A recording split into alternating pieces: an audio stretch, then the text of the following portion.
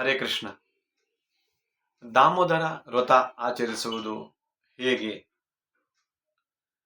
ದಾಮೋದರ ವ್ರತ ಆಚರಣೆಯ ವಿಧಾನವನ್ನು ನಾನು ನಿಮಗೆ ತಿಳಿಸಿಕೊಡುತ್ತಿದ್ದೇನೆ.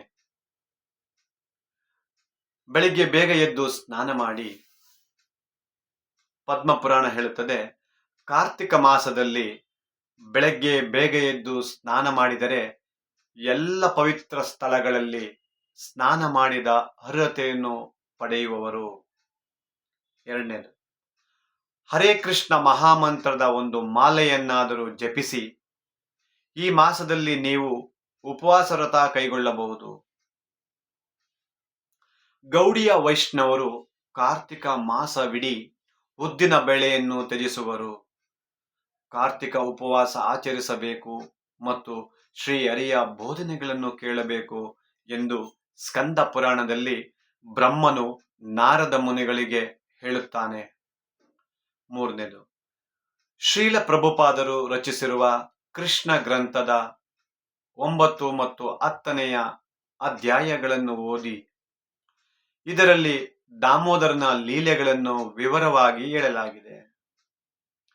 ಲೀಲೆಗಳ ಸಾರಾಂಶವನ್ನು ಈ ಪುಸ್ತಕದಲ್ಲಿ ಕೊಡಲಾಗಿದೆ.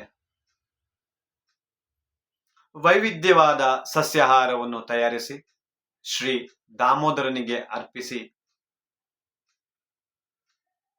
ಕೆಲವು ವಸ್ತುಗಳನ್ನು ಭಗವಂತನಿಗೆ ಅರ್ಪಿಸಲಾಗುವುದಿಲ್ಲ.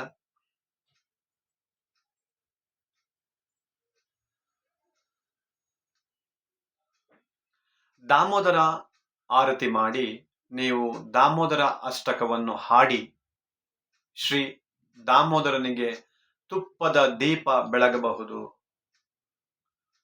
ದಾಮೋದರ ಅಷ್ಟಕ ಹಾಡು ಈ ಪುಸ್ತಕದಲ್ಲಿ ಲಭ್ಯವಿದೆ. ಹಾಡಿಗಾಗಿ ನೀವು ಇಲ್ಲಿಂದ www.iskanbangalore.org/ದಾಮೋದರ ಅಷ್ಟಕ ಡೌನ್ಲೋಡ್ ಮಾಡಿಕೊಳ್ಳಬಹುದು. ಪದ್ಮಪುರಾಣದಲ್ಲಿ ಹೀಗೆ ಹೇಳಲಾಗಿದೆ, ಕಾರ್ತಿಕ ಮಾಸದಲ್ಲಿ ಯಾರು ಶ್ರೀ ದಾಮೋದರನಿಗೆ ತುಪ್ಪದ ದೀಪ ಅರ್ಪಿಸುವವರು ಅವರು ಎಲ್ಲ ಪಾಪಗಳಿಂದ ಮುಕ್ತರಾಗಿ ಶ್ರೀ ಹರಿಯ ಧಾಮಕ್ಕೆ ಹೋಗುವರು. ತುಪ್ಪದ ದೀಪ ಅರ್ಪಿಸುವವರು ವೈಭವವನ್ನು ಮುಂದಿನ ಭಾಗದಲ್ಲಿ ವಿವರಿಸಲಾಗಿದೆ. 5ನೇದು, ತುಳಸಿ ದೇವಿಗೂ ತುಪ್ಪದ ದೀಪ ಅರ್ಪಿಸಿ ರಾಧಾ ಮತ್ತು ಕೃಷ್ಣರ ಚರಣ ಕಮಲಗಳಲ್ಲಿ ಶಾಶ್ವತ ಸೇವೆಗಾಗಿ ಪ್ರಾರ್ಥಿಸಬಹುದು. ನೀವು ನಿಮ್ಮ ನೆರೆಮನೆಯವರನ್ನು ಮತ್ತು ಬಂಧು ಮಿತ್ರರನ್ನು ಆರತಿಯಲ್ಲಿಗೆ ಪಾಲ್ಗೊಳ್ಳುವಂತೆ ಆಹ್ವಾನಿಸಿ ಶ್ರೀ ದಾಮೋದರನಿಗೆ ತುಪ್ಪದ ದೀಪ ಬೆಳಗುವ ಮತ್ತು ಪ್ರಸಾದ ಸ್ವೀಕರಿಸುವ ಅವಕಾಶವನ್ನು ಅವರಿಗೆ ಕಲ್ಪಿಸಿಕೊಡಿ.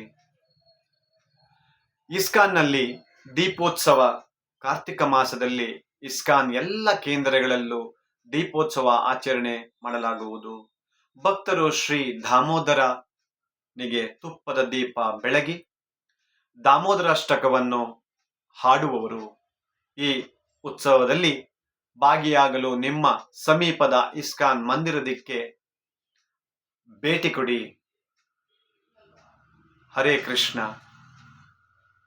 ಕೇಂದ್ರಗಳ ಪಟ್ಟಿ ಇಲ್ಲಿ ಲಭ್ಯವಿದೆ. www.iskanbangalore.org/center list. ಹರೇ ಕೃಷ್ಣ.